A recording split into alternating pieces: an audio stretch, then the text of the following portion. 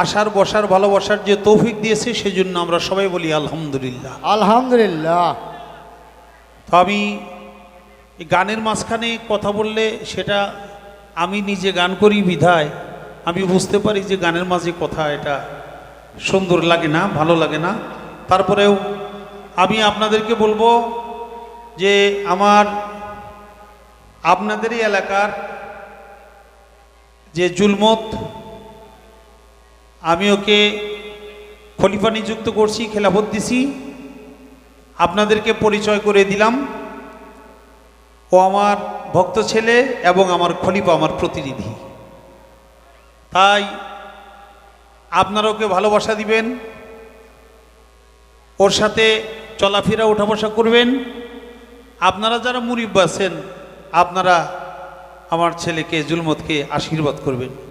আর যেহেতু এই তারিখটি আমরা আসলামই অক্টোবরের 30 তারিখ, আল্লাহ তাআলা দয়া করলে এই অক্টোবরের 30 তারিখ এটা বাৎসরিক এখানে উরুস মাহফিল হবে দরবারে, আপনারা সবাই আসবেন।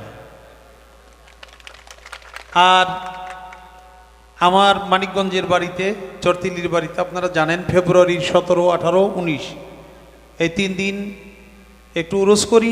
আপনারা মেহেরবানি করে এসে আমাকে আশীর্বাদ করবেন। আপনারা আমার এই গরিবালয়ে আসলে আমি ধন্য হব, সেই দাওয়াতটুকু আপনাদের মাঝে রাখলাম।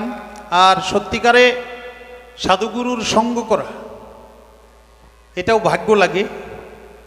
এক জামানা সাহবতে বা আউলিয়া বেহতেরে 7 সালে তাতা বেরিয়া। এক মুহূর্ত কোনো অলি লোকের সান্নিধ্যে নত জানু হয়ে আদবের সাথে বসা, এটা হাজার রজনী নফল আবাদত অপেক্ষা উত্তম আবাদত। অতএব কারণে আপনারা যেখানেই কোনো পীর মুর্শিদ সাধুগুরু আগমন ঘটে সেখানে যাবেন, তাদের সাথে একটু আদবের সাথে একটু সময় কাটাবেন, এটাও আবাদত।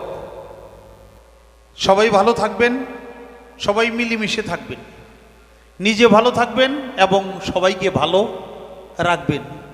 নিজে একা একা ভালো থাকার নাম ভালো না, সবাইকে নিয়ে ভালো থাকার নাম হলো ভালো থাকা। আপনারা যে যে তরিকায় বায়াত হয়ে থাকেন না কেন সবাই মুরিদ হবেন। আর যারা মুরিদ হয়েছেন, যে তরিকায় যেই পীরের কাছেই মুরিদ হয়েছেন, মনে করবেন সেই পীরও আপনার পীরের একটা অংশ। অতএব তাকে মহব্বত করলে, ভালোবাসলে, আমি আমার ভক্তদের উদ্দেশ্যে বললাম, যদি অন্য কোনো পীরকে মহব্বত করো, ভালোবাসো, তাহলে সেই ভালোবাসাটা আমাকেই ভালোবাসা হবে। তাই আমি আর কথা না বাড়াই, আমরা গান শুনতেছি, আপনারা গান শুনতেছেন, আলহামদুলিল্লাহ অনেক ভালো লাগতেছে। আপনাদের এই সাধুসঙ্গ সার্থক হোক, আল্লাহ তাআলা যেন এটা কবুল করে। জোরে জোরে সবাই বলি আমিন। ধন্যবাদ।